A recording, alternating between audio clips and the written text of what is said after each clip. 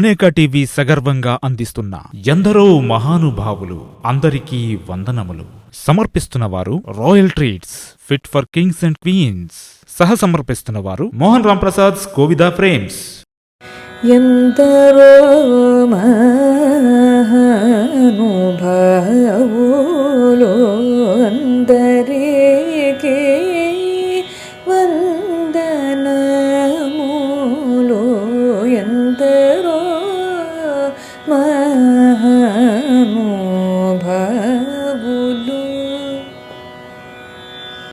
Welcome to అనేక TV. మంచి వ్యక్తి నుంచి మంచి ఇల్లు తయారవుతుంది, మంచి ఇల్లు నుంచి మంచి సమాజం, మంచి సమాజం నుంచి మంచి దేశం తయారవుతుంది. అలాగే మంచి గురువు నుంచి ఉత్తమ విద్యార్థులు తయారవుతారనడంలో ఎలాంటి సందేహం లేదు. ఎందరో మహానుభావులు అందరికీ వందనాలు. Professor Rajesh Jampala, dean of PB Siddhartha arts and science college, విద్యారంగంలో 32 సంవత్సరాల అనుభవం. సార్, టీచింగ్ ప్రొఫెషన్ ఎంచుకోవడానికి కారణాలు ఏమన్నా ఉన్నాయా? Thank you madam. యాక్చువల్గా నేను టీచింగ్కి రావాలని రాలేదు. When I was married, my wife is already in employment. So I was forced to join in teaching. కానీ టీచింగ్ ఎంచుకున్న తర్వాత this is the best profession because everybody says teaching is the noblest profession.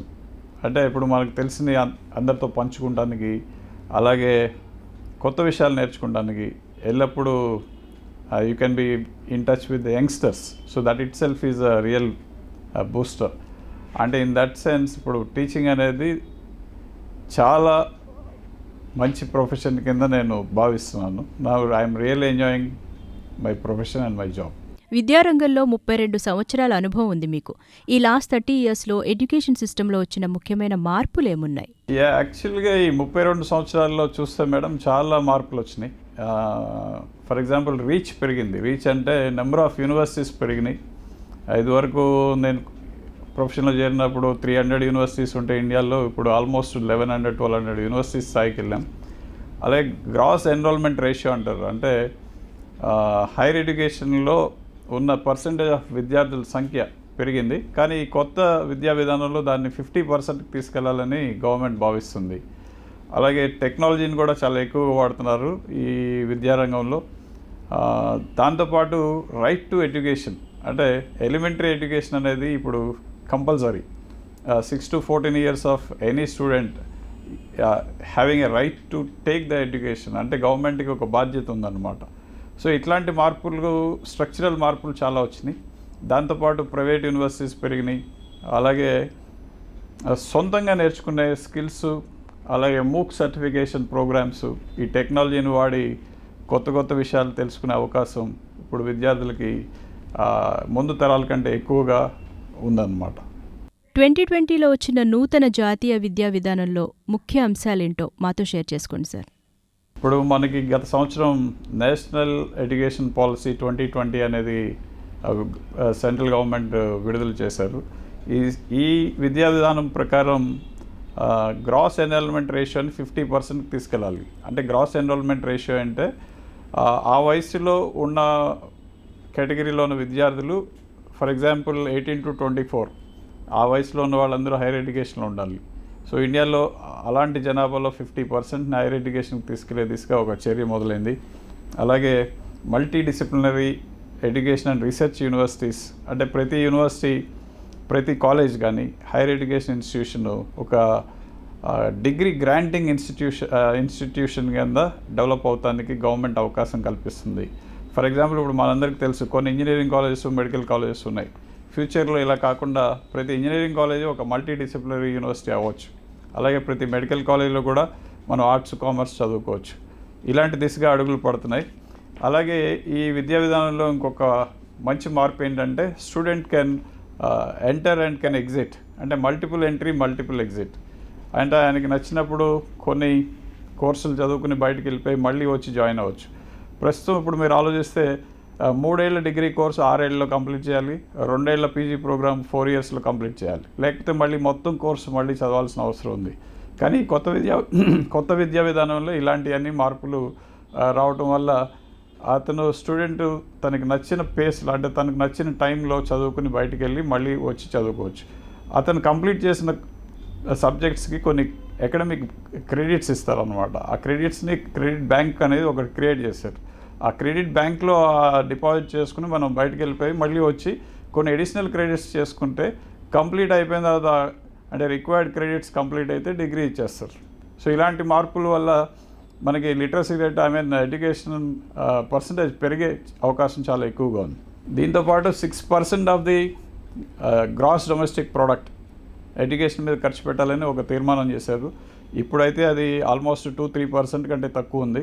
ఇప్పుడు మన భారతదేశం ఒక $5 trillion economy దిశగా వెళ్తున్నప్పుడు $5 trillion 6% కనుక ఎడ్యుకేషన్ ఖర్చు పెడితే అది చాలా మంచి ముందడుగు.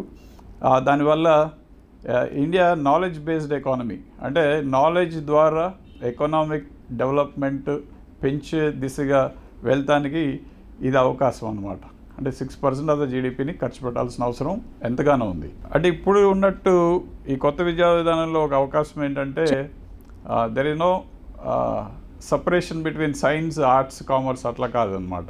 సైన్స్ చదివే విద్యార్థి ఆర్ట్స్ కూడా చదవచ్చు సైమిల్టేనియస్గా. అంటే ఫర్ ఎగ్జాంపుల్ అతను బీఎస్సీ మ్యాథ్స్ చదివే విద్యార్థి దాంతోపాటు ఎకనామిక్స్ చదవచ్చు, కావాలంటే ఒక ఇంగ్లీష్ లిటరేచర్ సబ్జెక్ట్ కూడా కలిసి చదువుకోవచ్చు.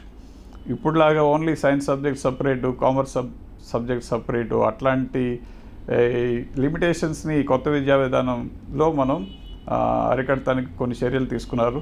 సో స్టూడెంట్కి నచ్చిన కోర్సులు చేసుకుని తన నచ్చిన కెరీర్లో ముందుకెళ్ళడానికి ఇది ఒక మంచి అవకాశం. పిహెచ్డి రీసెర్చ్ స్కాలర్స్ మీ దగ్గర ట్రైనింగ్ పొందుతున్నారు కదా, ఏ ఏరియాలో వాళ్ళు రీసెర్చ్ చేస్తున్నారు? ఇప్పుడు దాకా నా దగ్గర సుమారు ఒక 8 మంది పిహెచ్డి స్కాలర్స్కి డిగ్రీస్ అవార్డ్ అయినాయి. అలాగే 11 మెంబర్స్ ఎంఫిల్స్ సబ్మిట్ చేశారు, వాళ్ళకి డిగ్రీస్ ఇచ్చారనమాట.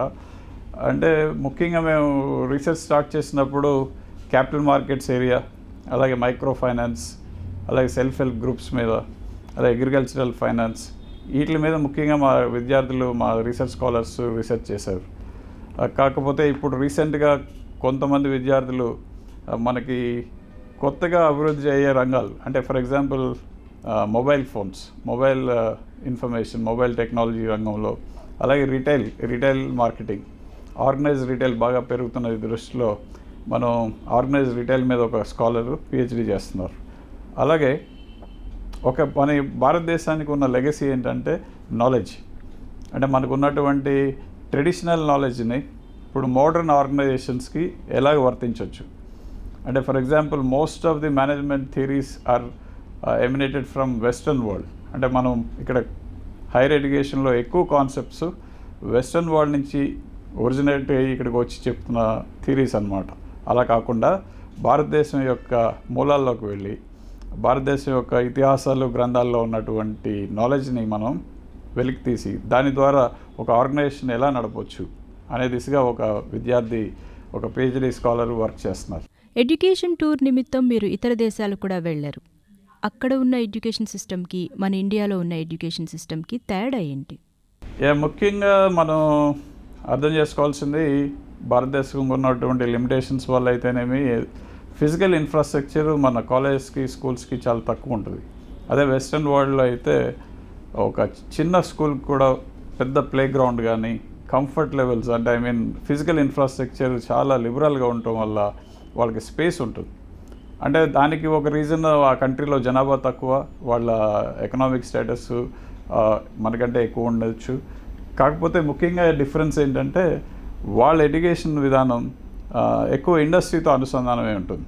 అంటే industry participation in academic institutions is very high. అలాగే హైయర్ ఎడ్యుకేషన్లో అయితే రీసెర్చ్ బేస్డ్ ఎడ్యుకేషన్, అంటే రీసెర్చ్ చేసి వచ్చిన అవుట్పుట్ ద్వారా దాన్ని టీచింగ్లోకి తీసుకొచ్చే పద్ధతులు అక్కడే ఎక్కువగా ఉన్నాయి. అందుకనే ఇప్పుడు మీరు ఆలోచిస్తే most of the Nobel prizes they are all coming to the university professors working in foreign countries, especially US and Europe.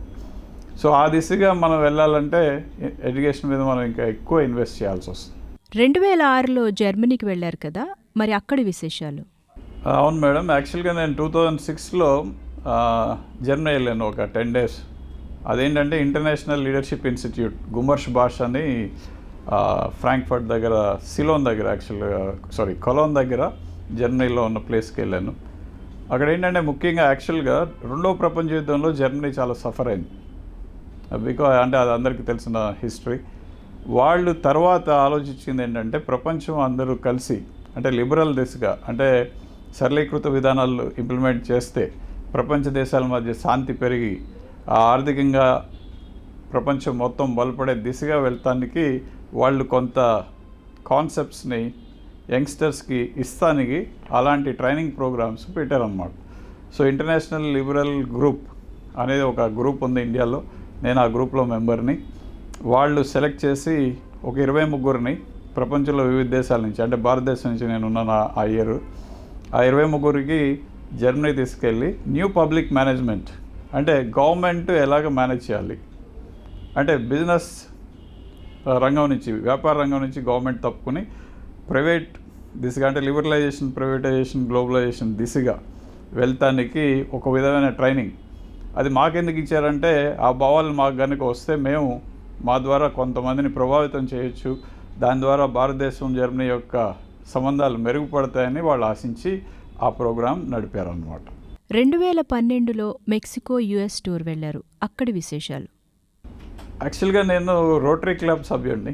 అంటే మీకు రోటరీ క్లబ్ గురించి తెలిసి ఉంటుంది. రోటరీ క్లబ్స్ యాక్చువల్గా బిలాంగ్స్ టు రోటరీ ఇంటర్నేషనల్. అంటే ఇది ఒక ప్రపంచవ్యాప్తంగా గుర్తింపు పొందిన మోర్ దెన్ 100 years ఉన్న ఒక సేవా సంస్థ. రోటరీ ఇంటర్నేషనల్ అనే సంస్థ ఒక రొటేరియన్ని లీడర్గా పెట్టి నాన్ రొటేరియన్స్ని అంటే రొటేరియన్స్ కాని వ్యక్తుల్ని 4 సెలెక్ట్ చేసుకుని వివిధ రంగాల్లో ఆ 4కి వేరే దేశంలో ట్రైనింగ్ ఇస్తానికి ఒక టీం ఉందన్నమాట. That is called group study exchange team, GSC team అంటారు. ఆ జిఎస్సి టీంకి లీడర్గా నేను మెక్సికో వెళ్ళాను 1 month. మెక్సికో వెళ్ళినప్పుడు అక్కడ బ్యూటీ ఆఫ్ ద ట్రిప్ ఏంటంటే మనం హోటల్స్లో దింపరు, మనం రొటేరియన్స్ ఇళ్లలో దించుతారు. సో రొటేరియన్స్ ఇళ్లలో మనం స్టే చేయడం ద్వారా వాళ్ళ యొక్క ఫ్యామిలీ స్ట్రక్చర్ కానీ కల్చర్, వాళ్ళకి ఆచార వ్యవహారాలు, వాళ్ళ ఫుడ్ హ్యాబిట్స్ మనం తెలుసుకోవడానికి అవకాశం ఉంటుంది. అందులో భాగంగా నేను మెక్సికో వెళ్ళాను. 4 states వెళ్ళాం. దాంట్లో ఆ 4 states ఆ 30 daysలో సుమారు ఒక 20 రోటరీ క్లబ్స్ని విజిట్ చేసి భారతదేశం యొక్క కల్చర్ గురించి మనం వాళ్ళకి ఎక్స్ప్లెయిన్ చేయాలి, అలాగే వాళ్ళ యొక్క మెక్సికన్ కల్చర్ మనకి ఎక్స్ప్లెయిన్ చేస్తారు.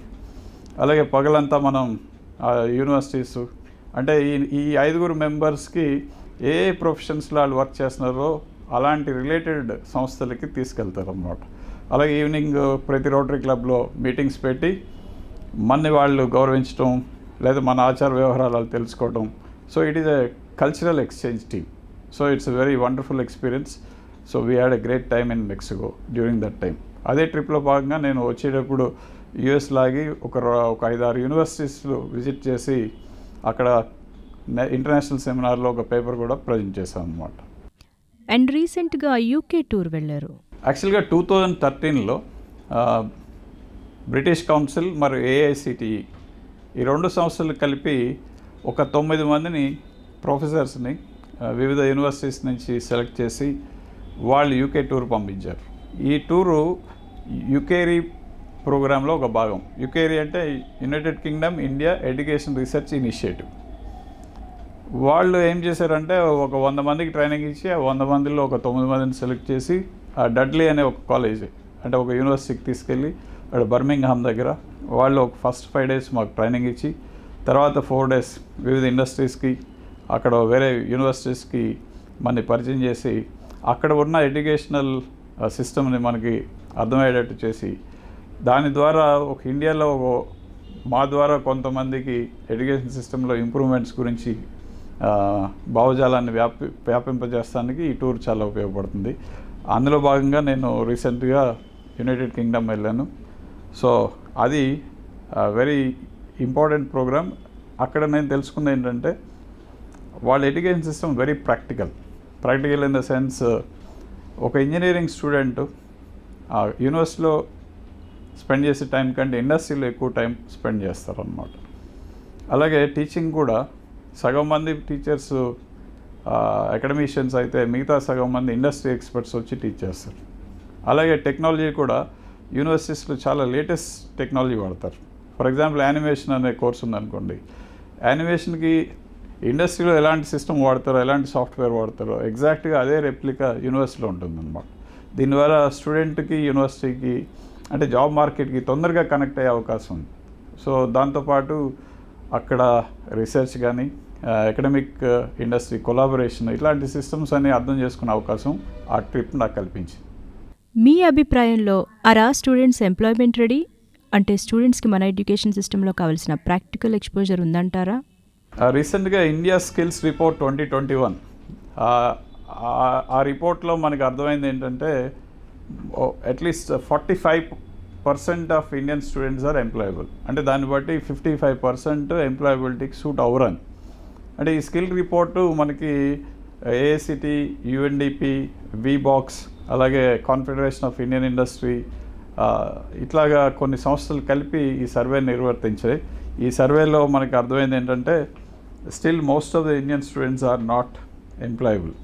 ఎంప్లాయబిలిటీ పెరగాలంటే ఏం చేయాలి అనేది మనకు మన ముందున్న ప్రశ్న. దానికి ఇప్పుడు ఇండస్ట్రీ టైప్, ఇప్పుడు నేను ఇందాక చెప్పినట్టు ఇండస్ట్రీకి ఏం కావాలో వాళ్ళ దగ్గర తెలుసుకుని మన కోర్స్ డిజైనింగ్లో, కరికులం డిజైన్లో వాళ్ళని ఇన్వాల్వ్ చేసి, అలాగే దానికి గవర్నమెంట్ కొంత ఇన్ఫ్రాస్ట్రక్చర్ సపోర్ట్ తీసుకుని ప్రైవేట్ పబ్లిక్ పార్ట్నర్షిప్లో ఎడ్యుకేషన్ సిస్టమ్ని ముందుకు తీసుకెళ్లాల్సిన అవసరం ఎంతైనా ఉంది. ఇప్పుడు ముఖ్యంగా మనకి 21st సెంచరీలో కొన్ని స్కిల్స్ని ఐడెంటిఫై చేశారనమాట. అంటే క్రిటికల్ థింకింగ్ స్కిల్, అంటే ఒక విద్యార్థి పాఠాలు బట్టి పడతాం అట్లా కాకుండా క్రిటికల్ స్కిల్స్ని పెంపొందించుకోవాలి. అలాగే ప్రాబ్లమ్ సాల్వింగ్, అలాగే రీజనింగ్, అనాలిసిస్, అలాగే research skills, practical orientation, creativity, artistry, అంటే విద్యార్థుల్లో క్యూరియాసిటీని పెంచడం, క్వశ్చనింగ్ ఎబిలిటీని పెంచడం, ఇట్లాంటి స్కిల్స్ని పెంపొందించాల్సిన అవసరం విద్యా సంస్థలపై ఉంది. అలాగే ఇప్పుడు ముఖ్యంగా మీరు చూస్తే కొన్ని కొత్త జాబ్స్ ఓపెన్ అవుతున్నాయి అనమాట. అంటే డేటా అనాలిసిస్, ఇప్పుడు విజువల్ అనలిటిక్స్, అలాగే ఇన్ఫర్మేషన్ టెక్నాలజీ ఆల్రెడీ డెవలప్ అయింది, అది ఇంకా ముందు ముందు పెరిగే అవకాశం ఇంకా ఉంది. అలాగే ఐఓటీ, ఇంటర్నెట్ ఆఫ్ థింగ్స్, అలాగే బ్లాక్ చైన్ టెక్నాలజీ. ఈ బ్లాక్ చైన్ టెక్నాలజీ ద్వారా మనం చాలా సమూలమైన మార్పులు వచ్చే అవకాశం ఉంది. అండ్ ఇది క్రిప్టో కరెన్సీ కూడా ఒక పార్ట్ ఆఫ్ బ్లాక్ చైన్ టెక్నాలజీని బేస్ చేసుకుని వచ్చిన కరెన్సీ. అలాగే మనం ఫ్యూచర్లో ఏదైనా ట్రాన్సాక్షన్ చేయాలంటే ఈ బ్లాక్ చైన్ టెక్నాలజీని వాడటం ద్వారా ఫ్రాడ్స్ని తగ్గించే అవకాశం ఉంది.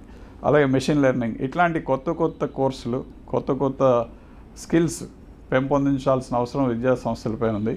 దీనికి గవర్నమెంట్, ఇండస్ట్రీ, అలాగే విద్యా సంస్థలు కలిసి ప్రోగ్రామ్ డిజైన్ చేస్తే మంచిదన్నమాట. కోవిడ్ కారణంగా మనం చాలా మందిని కోల్పోయాం.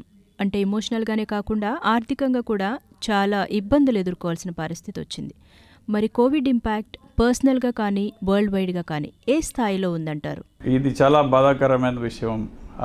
యాక్చువల్గా మన భారతదేశంలోనే సుమారు 4.5 లక్షల మంది చనిపోయారు. ప్రపంచవ్యాప్తంగా ఆల్మోస్ట్ 48 లక్షల మంది చనిపోయారు. అంటే రీసెంట్గా ఒక స్టాటిస్టిక్స్ ప్రకారం 3,40,00,000 మందికి కోవిడ్ వచ్చి తగ్గింది ఇండియాలో. అలాగే మనం చూసాం covid first wave, second wave. First వేవ్లో మన దగ్గరికి రాలేదనుకున్నాం, కానీ సెకండ్ వేవ్లో మనకు తెలిసిన వాళ్ళు, బంధువులు, ఫ్రెండ్స్, కలీగ్స్ కొంతమంది కోల్పోవడం చాలా బాధగా ఉంది. కాకపోతే ఆ కోవిడ్ నుంచి కొన్ని కొత్త పాఠాలు నేర్చుకుని మన మెడికల్ ఇన్ఫ్రాస్ట్రక్చర్ని, అంటే హెల్త్ ఇన్ఫ్రాస్ట్రక్చర్ని పెంపొందించుకోవాల్సిన అవసరం ఉంది. ఇప్పుడు ఎడ్యుకేషన్ అండ్ హెల్త్, ఈ రెండింటిలో గవర్నమెంట్ ఇన్వెస్ట్మెంట్ పెంచాలి. దానికి ఒక గవర్నమెంట్ సరిపోదు కాబట్టి పబ్లిక్ ప్రైవేట్ పార్ట్నర్షిప్ని పెంచాలి. అలాగే కొన్ని సెక్టార్స్ చూస్తే, ఫర్ ఎగ్జాంపుల్ టూరిజం కానీ, ట్రావెల్ కానీ, hospitality, hotels, restaurants, even construction activity చాలా తగ్గిపోయింది. అలాగే ఇప్పుడు మనకి కొన్ని టెక్నాలజీస్కి మాత్రం, కొన్ని ఇండస్ట్రీస్కి మాత్రం కోవిడ్ వల్ల కొంత ఎడిషనల్ బెనిఫిట్ వచ్చింది. For example information technology enabled services, అలాగే ఈ ఫిన్టెక్ కంపెనీస్, అంటే ఫైనాన్స్ రంగంలో బ్యాంకింగ్ యొక్క యాప్స్ కానీ, మన మొబైల్ ఫోన్స్ ద్వారా డిజిటల్ పేమెంట్స్కి ఒక అవకాశం కోవిడ్ కల్పించింది. అలాగే ముఖ్యంగా చూస్తే ఎడ్యుకేషన్ సెక్టర్లో కూడా కొన్ని ఎడ్యూటెక్ కంపెనీస్ వచ్చినాయి. అంటే స్టూడెంట్ క్లాస్కి వెళ్ళకుండానే ఒక సాఫ్ట్వేర్ ద్వారా ఆడియో విజువల్ మాధ్యమంలో కోర్సులను నేర్చుకునే అవకాశం ఈ కోవిడ్ వల్ల అలాంటి అవకాశం వచ్చింది. దాని ద్వారా డిజిటల్ ఎడ్యుకేషన్ యొక్క స్పీడ్ ఇండియాలో పెరిగిందన్నమాట. ముఖ్యంగా ఆర్థిక రంగం కూడా మనకి చాలా ఇంపాక్ట్ ఉంది. అలాగే 2021 సంవత్సరంలో మన భారతదేశం యొక్క ఆర్థిక అభివృద్ధి రేటు -7.3% పడిపోయింది. యాక్చువల్గా మనం కోవిడ్ కనుక లేకపోతే సుమారు 8%తో పెరగాల్సిన గ్రాస్ డొమెస్టిక్ ప్రోడక్ట్ అంటే జీడిపి వృద్ధి రేటు కోవిడ్ వల్ల మైనస్లోకి వెళ్ళింది. అంటే ఆల్మోస్ట్ 16% వెనక్కి వెళ్ళాం అనమాట. కానీ ఈ సంవత్సరం 21-22 సంవత్సరంలో అది సుమారు 10%, 9% పెరిగే అవకాశం ఉంది. అంటే ఆర్థికంగా చూస్తే కొన్ని సెక్టార్స్ ఇందాక చెప్పినట్టు చాలా ఇబ్బందులు లోనైనాయి. ఎస్పెషల్లీ ఇంటర్నేషనల్ ఏవియేషన్ సెక్టర్ చాలా దెబ్బతింది. ఇప్పుడు దాకా ఇంటర్నేషనల్ ట్రావెల్ పుంజుకోలేదు. దాని ద్వారా మనకి హోటల్ రంగం, రెస్టారెంట్ రంగం ఇవన్నీ దెబ్బతిన్నాయి. కానీ ఇప్పుడు మనం ఆలోచించాల్సింది ఏంటంటే కోవిడ్ తర్వాత, అంటే కోవిడ్ ఇంకా అయిపోయిందని నేను చెప్పలేను, కానీ కోవిడ్లో ఇన్ఫార్మల్ సెక్టార్లో ఎక్కువ మంది నష్టపోయారు. ఇన్ఫార్మల్ సెక్టర్ అంటే అసంఘటిత కార్మిక వ్యవస్థ అని చెప్పొచ్చు. అంటే వాళ్ళకి ఒక ఆర్గనైజేషన్ అంటూ, ఒక డైలీ పర్మనెంట్ ఎంప్లాయ్మెంట్ అంటూ ఉండకపోవచ్చు. వాళ్ళు పని ఎక్కడుంటే అక్కడికి వెళ్ళే మైగ్రెంట్ వర్కర్స్ అవ్వచ్చు. అలాగే గిగ్ ఎకానమీ అని టెంపరీ జాబ్స్ చేసేవాళ్ళు కానీ, లేదా ఒకేసారి 4-5 రకరకాల జాబ్స్ చేసేవాళ్ళు కానీ, ఇలాంటి వ్యక్తులకి చాలా ఇబ్బంది కోవిడ్ వల్ల వచ్చింది. మీ అభిప్రాయంలో ఈ పరిస్థితుల నుంచి బయటపడడానికి ఇంకెంతకాలం పట్టొచ్చు? ఈ క్వశ్చన్కి ఆన్సర్ నేను అంత చెప్పలేను, ఎందుకంటే it requires lot of data. అంటే చాలా పెద్ద సంస్థలే ఈ ప్రిడిక్షన్ చేయలేకపోతున్నాయి. ఎవరు కోవిడ్ ఫస్ట్ వేవ్ వచ్చిన తర్వాత సెకండ్ వేవ్ అట్లా వస్తుందని ఎవరు చెప్పలేకపోయారు. అలాగే థర్డ్ వేవ్ వస్తుందని చెప్తున్నారు, అది ఎప్పుడు వస్తుందో ఎవరికి తెలియదు. అంటే యాక్చువల్గా ఒకటి మాత్రం మనం అర్థం చేసుకోవాల్సింది ఏంటంటే కోవిడ్ అనేది పాండమిక్ స్టేజ్ నుంచి ఎండమిక్ స్టేజ్కి వచ్చింది. అంటే ఎండమిక్ అంటే కోవిడ్తో మనం జీవించాలి, అంటే ఏదో ఒక రూపంలో కోవిడ్ ఉంటుంది. కాబట్టి మనం కూడా అలవాటు పడి మన హెల్త్ ఇన్ఫ్రాస్ట్రక్చర్ని పెంపొందించుకుని, వ్యాక్సినేషన్ రేట్ని పెంచుకొని, లేకపోతే కొత్త వ్యాక్సిన్స్ని, బూస్టర్ డోస్ని వేయించుకొని మనం కోవిడ్తో పాటు లేకపోతే ఇతర వైరల్ ఫీవర్స్ని తట్టుకునే శక్తిని మనం పెంపొందించుకోవాల్సిన అవసరం మనకు ఎంతైనా ఉందన్నమాట. కోవిడ్ కారణంగా ఎదుర్కొన్న పరిస్థితుల నుంచి బయటపడడానికి వ్యాపార సంస్థలు కానీ, గవర్నమెంట్ కానీ ఎలాంటి చర్యలు తీసుకోవాలి? ముఖ్యంగా మీరు ఇప్పుడు అడిగిన క్వశ్చన్ చాలా కాంప్లికేటెడ్ సిస్టమ్. అంటే గవర్నమెంట్స్కి ఇప్పుడు ఒక విషయం అర్థమైంది, ఒక్క గవర్నమెంట్ కోవిడ్ని అరికట్టలేదు. బికాజ్ ఇప్పుడు ఎక్కడో కోవిడ్ మనం అందరూ అనుకున్నట్టు చైనాలో స్టార్ట్ అయింది, కానీ అది ప్రపంచ దేశాలు అన్నిటిలో పాకి ఆల్మోస్ట్ చాలా కంట్రీస్ని అతలాకుతలం చేసింది. ఈ కోవిడ్ని అరికట్టాలంటే ఒక కంట్రీలో చర్యలు తీసుకుంటే చాలు అనమాట. అన్ని కంట్రీస్ కలిపి, అన్ని దేశాలు కలిపి ఒక గ్లోబల్ గవర్నమెంట్ దిశగా ఆలోచించి, గ్లోబల్ గవర్నమెంట్ ఉంటే ఎలాంటి చర్యలు తీసుకుంటారో అందరు కలిసికట్టుగా చేయాలి. ఫర్ ఎగ్జాంపుల్ భారతదేశంలో కొన్ని వ్యాక్సిన్స్ తయారైనాయి, కొన్ని మనం ఎక్స్పోర్ట్ చేసాం, కొన్ని ఇంపోర్ట్ చేసుకున్నాం.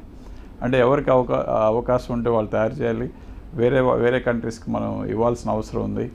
ఇట్లాగా మనకి కొలాబరేషన్ బిట్వీన్ కంట్రీస్ పెంచాలి.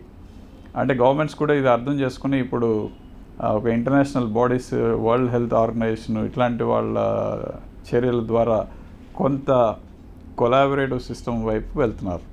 అలాగే ఫర్ ఎగ్జాంపుల్ మీరు బిజినెస్ రంగంలో ఎలాంటి చర్యలు తీసుకోవాలని అన్నారు. బిజినెసెస్ కూడా ముఖ్యంగా ఆలోచించాల్సింది, ఈ కోవిడ్ లాంటి మహమ్మారిలు వచ్చినప్పుడు వాళ్ళకి ఎంత ఇంపాక్ట్ ఉంటుంది. ఫర్ ఎగ్జాంపుల్ వాళ్ళు కస్టమర్ రిలేటెడ్ బిజినెస్ అయితే వాళ్ళ కస్టమర్స్కి ఇంపాక్ట్ ఎలా ఉంటుంది, వాళ్ళని మన బిజినెస్ ప్రోడక్ట్ లేదా supply chain. For example automobile industry, మీరు ఇప్పుడు కార్ కొనుక్కుందామన్నా కొన్ని కార్ మోడల్స్ దొరకట్లేదు. ఎందుకు దొరకట్లేదు అంటే వాళ్ళకి సెమీ కండక్టర్ చిప్స్ అవైలబిలిటీ ఆగిపోయింది. ఆ చిప్స్ ఆగిపోవడానికి రీజన్ ఏంటి అంటే అక్కడ లాజిస్టిక్స్ దెబ్బతిన్నాయి అనమాట. లాజిస్టిక్స్ అంటే ఇప్పుడు ఆ చిప్ కండక్షన్ జరుగుతానికి, ప్రొడక్షన్కి సరిపడా రా మెటీరియల్ కానీ, చిప్స్ తయారైన తర్వాత ఈ ఆటోమొబైల్ ఫ్యాక్టరీస్కి వెళ్ళే మార్గాలు కానీ మూసుకుపోవడం వల్ల ఆటోమొబైల్ ఇండస్ట్రీ కొంత దెబ్బతింది. అలాగే ఇప్పుడు ఇలాంటి లాజిస్టిక్స్ ప్రాబ్లమ్స్ని అర్థం చేసుకుని, టైం కన్స్టెంట్స్ని, స్పేస్ కన్స్టెంట్స్ని అర్థం చేసుకుని వ్యాపార రంగాల్లో ఏం చేయాలంటే వాళ్ళ యొక్క ఫ్యూచర్ బిజినెస్ మోడల్స్ని మార్చుకోవాలి. ఇప్పుడు చాలా కంపెనీస్ చాలా ప్రోయాక్టివ్గా మారినాయి. For example work from home ఇంత స్పీడ్ మీద మన ఇండియాలో ఇంప్లిమెంట్ అవుతుందని ఎవరికి తెలియదు. సడన్గా ఒక with in 10-15 days most of the IT companies have shifted to the work from home concept. ఇప్పుడు వర్క్ ఫ్రమ్ హోమ్ అనేది ఒక ఇంపార్టెంట్ చేంజ్. అంటే ఇప్పుడు దాకా మనం వర్క్ని ఆఫీస్లో చేయాలి, ఇంటికి పంపకూడదనే ఒక కాన్సెప్ట్లో ఉన్న వ్యక్తులు సడన్గా ఇప్పుడు వర్క్ ఫ్రమ్ హోమ్ని ఎంకరేజ్ చేస్తున్నారు. సో ఇలాంటి ఫ్లెక్సిబుల్ దిశగా, అంటే hard and fast rules, rigid structures పనిచేయవని మనకు అర్థమైంది. సో కంపెనీలో హ్యూమన్ రిసోర్స్ మేనేజ్మెంట్కి అర్థం అవ్వాల్సిన విషయం ఏంటంటే, ఎంప్లాయీస్కి ఎక్కడ ఫ్రీడమ్ ఇచ్చి, వాళ్ళు ఎక్కడ కంఫర్ట్ లెవెల్స్ ఉంటాయో వాళ్ళని అక్కడే పని చేయనిచ్చి, పనికి ఇంపార్టెన్స్ ఇచ్చి ఫిజికల్ స్పేస్కి ఇంపార్టెన్స్ తగ్గించడం ద్వారా పని కల్చర్ పెరిగే అవకాశం కూడా ఉంది. ఇప్పుడు కొన్ని స్టాటిస్టిక్స్ ప్రకారం వర్క్ ఫ్రమ్ హోమ్లో ప్రొడక్టివిటీ రేట్స్ పెరిగినాయని కొన్ని స్టాటిస్టిక్స్ చెప్తున్నాయి. అలాగే ఎంప్లాయీస్ కూడా కొంత కన్వీనియన్స్ ఉంటుంది. చాలామంది ఎంప్లాయీస్కి కోవిడ్ సిచ్యువేషన్లో ట్రావెల్ చేయటం, ఈ ఆఫీస్కి కమ్యూటింగ్ చేయటం ఇష్టం లేదు. అలాగే ఫ్యామిలీలో ఇన్సెక్యూరిటీ ఉంది, అంటే హస్బెండ్ ఆఫీస్కి వెళ్తే ఏమవుతారో అనే భయం ఉంది. ఇలాంటివన్నీ పోతానికి మనం ఒక వర్క్ స్ట్రక్చర్ రూల్స్ మార్చుకోవాలన్నమాట. అంటే ఫ్లెక్సిబుల్ దిశగా వెళ్ళాల్సిన అవసరం ఉంది. సార్, కామన్ మ్యాన్ లోన్కి బ్యాంక్ వెళ్తే 100 డాక్యుమెంట్లు అడుగుతున్నారు. అయినా చివరికి లోన్ కూడా రాని పరిస్థితి. కానీ పెద్ద పెద్ద నేరాలు చేసిన వారు దేశం వదిలి పారిపోతున్నారు. మరి దీని గురించి? మీరు మంచి ప్రశ్న అడిగారు. యాక్చువల్గా బ్యాంకర్ లోన్ ఇచ్చేటప్పుడు చిన్న కస్టమర్ అయినా పెద్ద కస్టమర్ అయినా సెక్యూరిటీ, ఆయన యొక్క కస్టమర్ యొక్క క్రెడిట్ వర్దినెస్, లేకపోతే అతని యొక్క ఇన్కమ్ లెవెల్, అతనికి ఉన్న ఫ్యూచర్ ఆపరేషనల్ ఇన్కమ్, ఇట్లాంటి కొన్ని మెజర్మెంట్స్ చెక్ చేసుకుని లోన్ ఇస్తారు. కానీ ఇక్కడ మీరు అడిగిన క్వశ్చన్లో ఇష్యూ ఏంటంటే, కొన్ని కార్పొరేట్ సంస్థలు, కొంత వ్యాపార దిగ్గజ సంస్థలు ఏం చేసినాయి అంటే, వాళ్ళు ఇచ్చిన సెక్యూరిటీకి అంత విలువ లేకుండా ఎక్కువ వాల్యూ లోన్ తీసుకున్నాయి అన్నమాట. అందుకనే ఇప్పుడు మనం చూస్తే నాన్ పెర్ఫార్మింగ్ అసెట్స్ అంటారు బ్యాంకింగ్ రంగంలో, నిరర్ధక ఆస్తులు, వాటి సంఖ్య చాలా ఎక్కువ పెరిగిపోయింది. ఇప్పుడు సుమారు 8.34 లక్షల కోట్లు, అంటే మార్చి 31, 2021 సంవత్సరానికి అకార్డింగ్ టు ఆర్బీఐ స్టాటిస్టిక్స్, అంటే సుమారు 8.34 lakh crores were struck in the form of non performing assets. అంటే మీరు జస్ట్ ఆలోచించండి, 8 లక్షల కోట్లు ఒక సిస్టమ్ నుంచి బయటకు తీసుకొస్తే ఆ సిస్టమ్ నడుస్తుందా? మీరు అడిగిన క్వశ్చన్లో సామాన్యుడికి లోన్ ఇవ్వట్లేదని, సామాన్యుడికి కూడా ఇప్పుడు ఏమైందంటే, ఈ కొత్త సిస్టంలో ప్రతి వ్యక్తికి ఆధార్ లింకు, పాన్ లింకు ఉన్నప్పుడు అతను వేరే బ్యాంక్స్లో తీసుకున్న లోన్స్ కానీ అతని యొక్క క్రెడిట్ హిస్టరీని చెక్ చేసే మెకానిజమ్స్ పెరిగినాయి. దాన్ని మనం ఏం చెప్పొచ్చు అంటే సిబిల్ స్కోర్ అంటారు. సిబిల్ అంటే credit information bureau of India limited అని. ఈ సిబిల్ స్కోర్ ఎక్కువ ఉంటేనే బ్యాంక్స్ లోన్ ఇవ్వాలి. కానీ ఒక్కొక్కసారి ఒక కస్టమర్కి తెలియనితనం వల్ల కానీ, ఏదో పాత లోను సరిగ్గా క్లోజ్ చేయకపోవడం వల్ల సిబిల్ స్కోరు పడిపోయే అవకాశం ఉంది. కాకపోతే మనం ఇక్కడ క్రియేట్ చేయాల్సింది ఏమంటే, ఒక అవేర్నెస్ క్రియేట్ చేయాలి. ఒక అవేర్నెస్ క్రియేట్ చేసి ప్రతి కస్టమర్కి తన క్రెడిట్ హిస్టరీని మనం పరిచయం చేస్తే అతనికి లోన్ వచ్చే అవకాశం ఎక్కువగా ఉంది.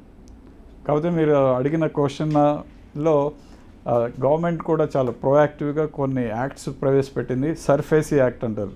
ఈ సర్ఫేసీ యాక్ట్ ప్రకారం బ్యాంకులో తనఖా పెట్టిన ఆస్తుల్ని బ్యాంకు వేలం వేసుకుని వాళ్ళ లోన్ని మనం తీర్చేసుకునే కొంత వెసులుబాటు కల్పించింది. కానీ it will take some time. అలాగే వన్ టైం సెటిల్మెంట్ అని, అలాగే ఈ మధ్య మనం కొత్త పదం వింటున్నాం, బ్యాడ్ బ్యాంక్ అని. అంటే వీళ్ళ రాని బాకీలన్నీ ఒక బ్యాడ్ బ్యాంక్కి ట్రాన్స్ఫర్ చేస్తే బ్యాంక్ యొక్క బ్యాలెన్స్ షీట్ కొంత ఇంప్రూవ్ అయ్యి ఆ బ్యాంక్కి ఫ్యూచర్లో క్యాపిటల్ కానీ లోన్స్ కానీ వచ్చే అవకాశం ఉండటం ద్వారా బ్యాంకింగ్ సైజ్ పెరిగే అవకాశం ఉంది. అంటే ఇప్పుడు బ్యాంకింగ్ రంగంలో కొన్ని రిఫార్మ్స్ రావాలి. ఏంటంటే ఈ నాన్ పెర్ఫార్మింగ్ అసెట్స్ యొక్క ఇంపాక్ట్ని తగ్గిస్తాను. అలాగే అసెట్ మేనేజ్మెంట్ కంపెనీస్, అంటే బ్యాంక్ యొక్క అసెట్సే లోన్స్, వాటిని మేనేజ్ చేస్తానికి కొన్ని కంపెనీస్ వచ్చినాయి. అంటే కొంత రెగ్యులేషన్లో ఇంకా రిఫార్మ్స్ వచ్చి, అలాగే టెక్నాలజీని వాడి, అలాగే క్రెడిట్ హిస్టరీని కరెక్ట్గా అసెస్ చేసి, అలాగా సెక్యూరిటీ యొక్క వాల్యుయేషన్ని నిర్ణయించి ఆడిటర్లు కానీ కంపెనీ యొక్క బ్యాలెన్స్ షీట్స్ని కానీ సరిచేయడం ద్వారా ఇలాంటి ప్రాబ్లమ్స్ నుంచి మనం బయటపడవచ్చు. రాబోయే రోజుల్లో ఏ ఏ రంగాల్లో ఉద్యోగ అవకాశాలున్నాయి? అభివృద్ధి మెరుగుపడే అవకాశాలు ఎంతవరకు ఉన్నాయి? యాక్చువల్గా ఇప్పుడు అట్లా ఆలోచిస్తే మనం ప్రతి రంగానికి అవకాశం ఉంది ఇండియాలో. ఫర్ ఎగ్జాంపుల్, ఇండియా అనేది చాలా పెద్ద కంట్రీ. అంటే ఒక రకంగా ఆలోచిస్తే ఎక్కువ పాపులేషన్ ఉన్న కంట్రీ. గ్రోత్ రేట్ కూడా మన అదర్ కంట్రీస్తో కంపేర్ చేస్తే 8-9% పెరిగే అవకాశం ఉంది. కాబట్టి ప్రతి రంగం విలువైన రంగమే. అంటే ఇది ఓన్లీ కొన్ని రంగాలకి జాబ్స్ వస్తాయి అనుకుంటానికి వీల్లేదు. ఫర్ ఎగ్జాంపుల్ బాగా నాలెడ్జ్ ఉన్న స్కిల్ ఉన్న వర్కర్కి కానీ స్కిల్ లేబర్ షార్టేజ్ ఉంది. అలాగే ఒక స్కిల్డ్ టెక్నీషియన్కి అవకాశం ఉంది. అలాగే సాఫ్ట్ ఇండస్ట్రీస్ అంటారు, అంటే సాఫ్ట్వేర్ ఇండస్ట్రీ కాదు, సాఫ్ట్ ఇండస్ట్రీ అంటే క్రియేటివిటీ, అలాగే యాడ్ ఏజెన్సీస్, అలాగే కొన్ని ఇప్పుడు మనకు వచ్చిన ఓటీటీ ప్లాట్ఫామ్స్ కానీ టీవీస్ కానీ సీరియల్స్ వల్ల చాలా కంటెంట్ డెవలప్ అవుతుంది. ఈ కంటెంట్ని మేనేజ్ చేసే కంపెనీస్ కానీ వ్యక్తులు కానీ అవకాశం ఉందన్నమాట. అలాగే యానిమేషన్, అలాగే ఇప్పుడు మనకి ఇండియాలో క్రియేటివిటీ, క్యూరియాసిటీ ఇట్లాంటి రంగం కొన్ని అవకాశాలు పెరిగినాయి. అలాగే for example if you see technology వాడి ఏదైనా కంపెనీ ముందుకెళ్తుంటే ఫిన్టెక్ రంగం, ఫర్ ఎగ్జాంపుల్ ఇప్పుడు బ్యాంకింగ్ సిస్టమ్, బ్యాంక్స్ ఫ్యూచర్లో ఇంత పెద్ద సైజు బ్యాంక్ సైజు పెద్దది ఉండొచ్చు, కానీ బ్యాంక్ ఆఫీస్ సైజు తగ్గిపోవచ్చు. అంటే మనం ఫ్యూచర్లో మనం బ్యాంక్కి వెళ్ళే అవకాశం లేకపోవచ్చు కస్టమర్కి, అంతా మొబైల్ ఫోన్లోనే చేసుకునే అవకాశం ఉంది. అంటే అక్కడ మనకు అర్థం చేసుకోవాల్సింది టెక్నాలజీని వాడి ఏ రంగం అయితే ముందుకెళ్తుందో ఆ రంగానికి ఎక్కువ ఇది ఉంది. ఇక్కడ మనం గుర్తుపెట్టుకోవాల్సింది ఏంటంటే విద్యార్థి కానీ ఒక యంగ్స్టర్ కానీ నాలెడ్జ్ అనేది అవుట్డేట్ అయిపోతూ ఉంటుంది, కానీ నాలెడ్జ్ని అప్డేట్ చేసుకోవాలంటే కాలేజెస్లో స్కూల్స్లో ఉన్నంత వరకే చదువు అనే కాన్సెప్ట్కి మనం స్వస్తి పలకాలి. కాలేజ్ నుంచి బయటికి వెళ్ళినా డిగ్రీ అయిపోయినా సరే వాళ్ళు సొంతంగా చదువుకోవాలి. అంటే self learning is the best learning. దానికి ఇప్పుడు అవకాశాలు చాలా ఎక్కువ ఉన్నాయి. అంటే మూక్స్ ప్లాట్ఫామ్స్ అని కొన్ని ఉన్నాయి, అంటే గవర్నమెంట్ ఆఫర్ చేసే కొన్ని కోర్సులు అంటే ఫ్రీగా నేర్చుకునే అవకాశం కూడా ఉంది. ఫర్ ఎగ్జాంపుల్ ఇప్పుడు మనం హార్వర్డ్లో స్టాన్ఫర్డ్లో చదవలేదని మిస్ అయ్యామని చాలామంది అనుకుంటూ ఉంటారు, కానీ ఇప్పుడు Harvard professor Stanford professor offer చేసే కోర్సులు మనం ఫ్రీగా ఆన్లైన్లో చదువుకోవచ్చు. అలాగే మన ప్రతి విద్యార్థి తన చదువుతో పాటు ఒక 5-6 ఎక్స్ట్రా సర్టిఫికేషన్స్ కనుక అచీవ్ చేసుకోగలిగితే అతనికి స్కిల్స్ పెరుగుతాయి, లెర్నింగ్ పెరుగుతుంది. ఎంప్లాయ్మెంట్ ఇచ్చే సంస్థలు కూడా అతనికి లెర్నింగ్ ఎబిలిటీ ఉందా లేదో చెక్ చేసుకుని జాబ్ ఇస్తున్నాయి. అంటే నీకున్న నాలెడ్జ్ ఒక పరిమితం అయిపోవచ్చు, కానీ లెర్నింగ్ ఎబిలిటీ ఉంటే మాత్రం ఫ్యూచర్లో ఆ ఎంప్లాయీ కంపెనీకి పనికొస్తాడు. కాబట్టి అలాంటి వ్యక్తికి అవకాశాలు మెండుగా ఉన్నాయి. So my advice to youngsters is to think about continuous learning, updation of knowledge, updation of skills. Learning ఎబిలిటీని పెంచుకుంటే మాత్రం అవకాశాలు చాలా మెండుగా ఉన్నాయన్నమాట అన్ని రంగాలు.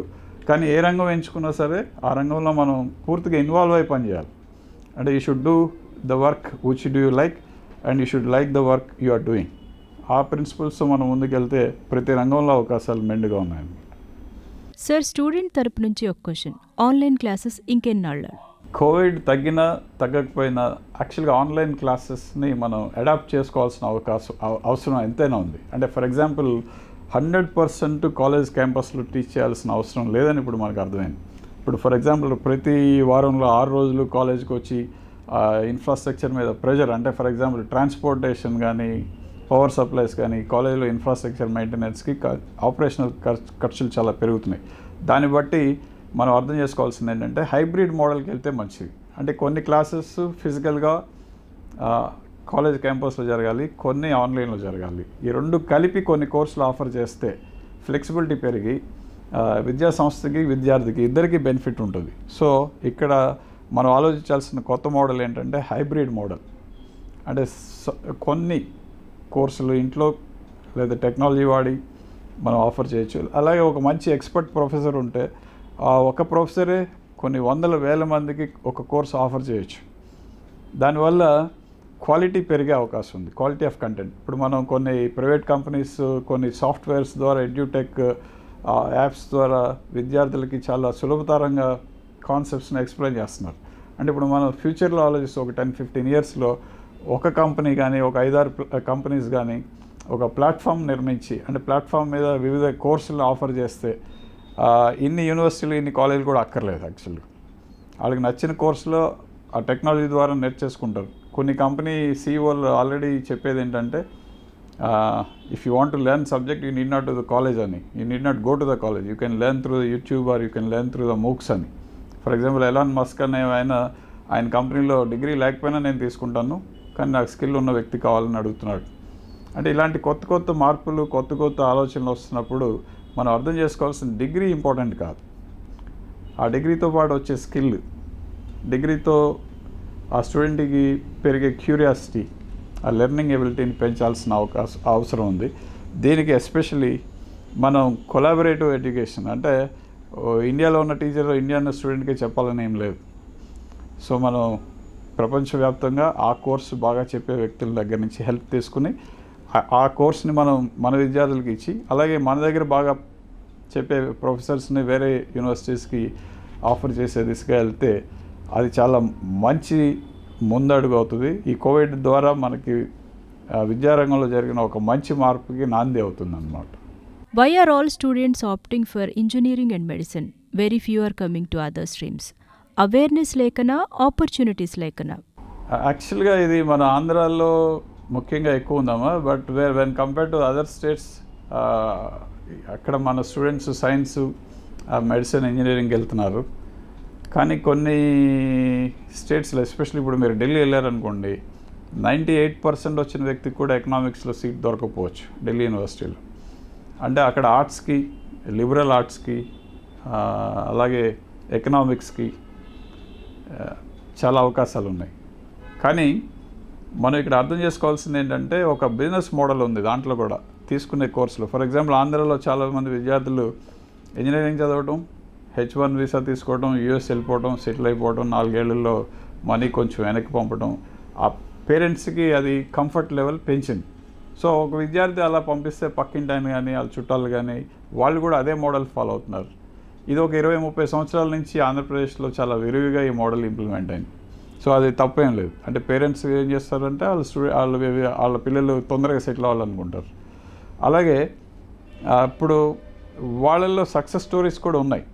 ఇప్పుడు ఇంజనీరింగ్ చదివి యూఎస్ వెళ్ళిపోయి, యూకే వెళ్ళిపోయి సెటిల్ అయిపోయిన వాళ్ళు ఉన్నారు.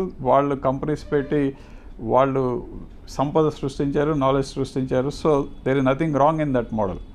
కానీ ఇక్కడ మనం అర్థం చేసుకోవాల్సింది, ఆ విద్యార్థికి సైన్స్ అంటే ఇష్టమా, ఆర్ట్స్ అంటే ఇష్టమా, లేకపోతే లాంగ్వేజెస్ అంటే ఇష్టమో తెలుసుకుని పేరెంట్ కనుక చదివిస్తే, అంటే ఇక్కడ పేరెంటల్ ప్రెజర్ తగ్గాలి, విద్యార్థి యొక్క రోల్ పెరగాలి.